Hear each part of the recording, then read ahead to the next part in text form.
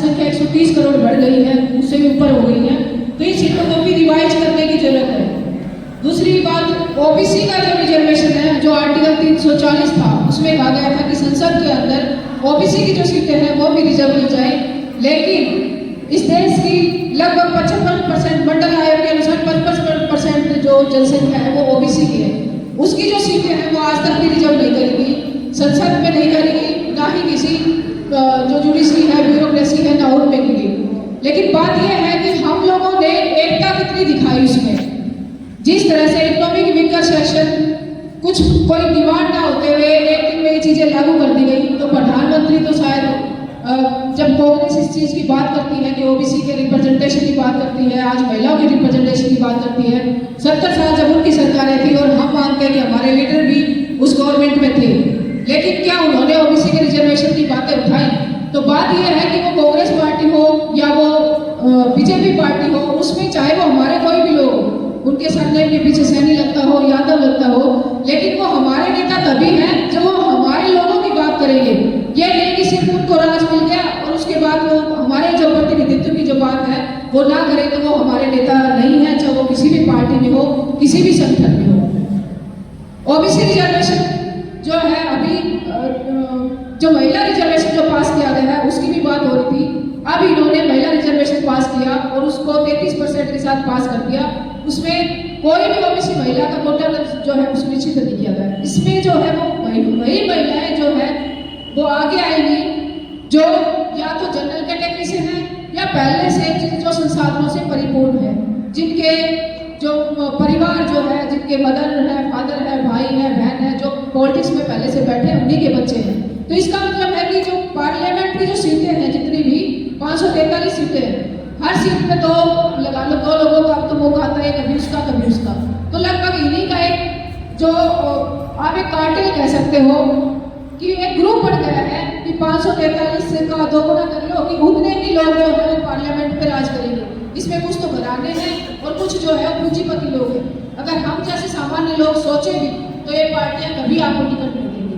मैं दिल्ली यूनिवर्सिटी से आती हूँ, मैंने IAS IPS की तैयारी करी, दिल्ली यूनिवर्सिटी से मैं लॉ ग्रेजुएट हूँ, और 2020 में जब कोरोना के अंदर एग्जाम्स में नहीं बैठने दे रहे थे बच्चों को, अग्निपथ स्कीम जब लागू की गई थी, तो उस स्कीम के विरुद्ध में और कोरोना के विरुद्ध में हमने मुखर्जी नगर में और देश के विभिन्न जैसे जंतर मंतर लखनऊ है, हमने वहाँ पर आंदोलन किए।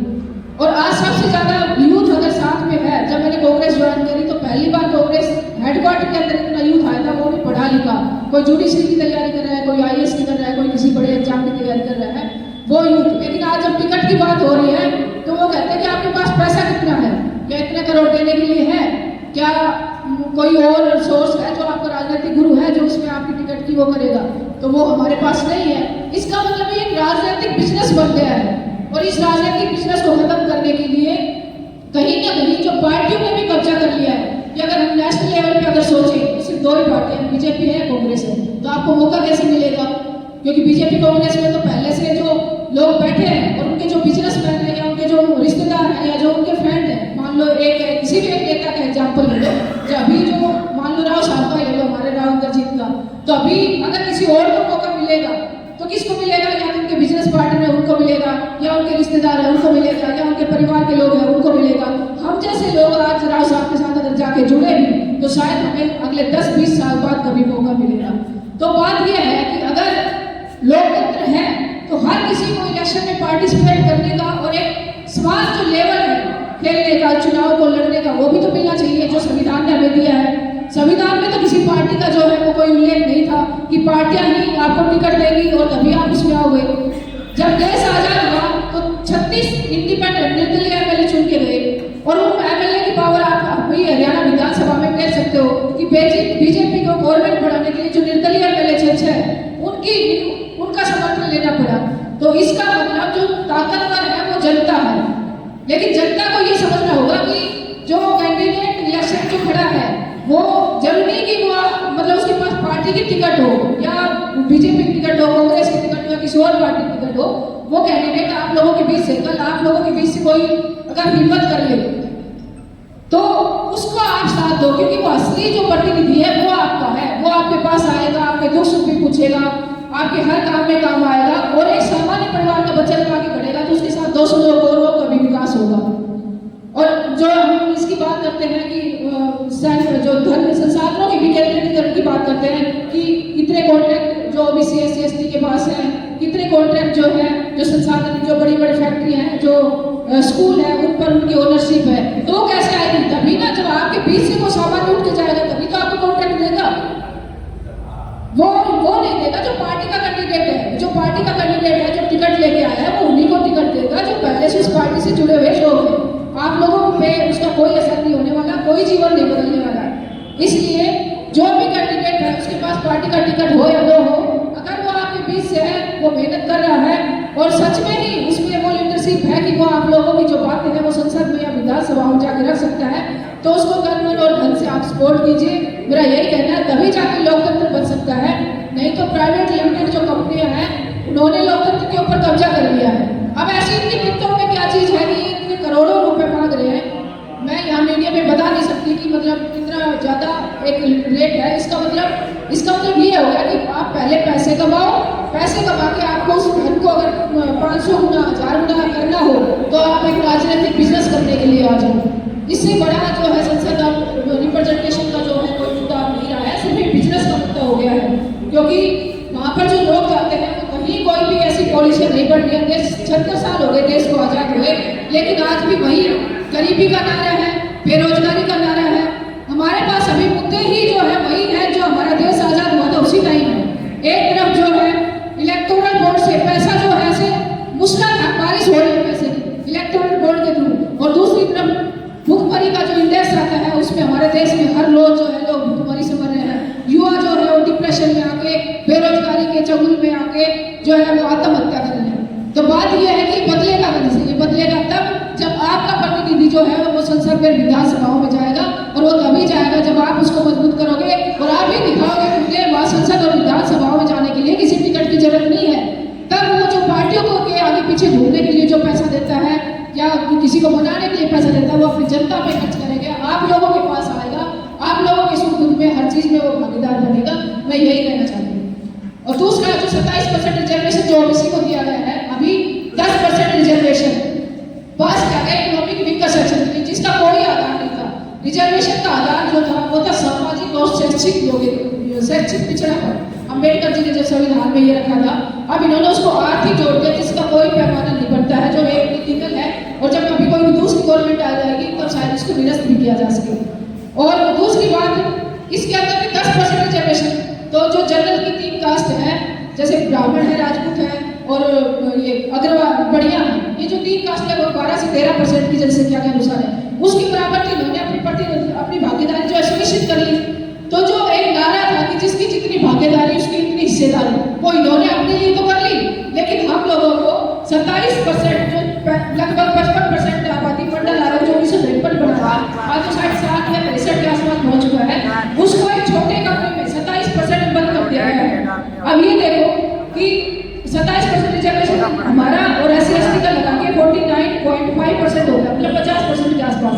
50% में बाकी जो 50% बचा था, ये तो सिर्फ उन्हीं के लिए ही था, क्योंकि हमारे जो ऑफिसर फॉर्म भरते हैं वो कितने लोग जो जाके उसमें जनरल में सिलेक्ट होते हैं, कोई 1-2%, और वो भी आप पिछले कुछ सालों से तो आप कुछ के रिजल्ट देखोगे जिनके ज्यादा भी नंबर आए हैं तो उनको जनरल में नहीं लिया गया। कई स्टूडेंट का ऐसे है जिसमें मैंने भी RS का मेंस का जब एग्जाम दिया राजस्थान में, तो ओबीसी की कट ऑफ जो थी वो जनरल से ज्यादा थी। इसका मतलब ये था कि जो ओबीसी के अंदर जो बच्चे ज्यादा नंबर लेके आए उनको जनरल के अंदर शामिल ही नहीं किया गया।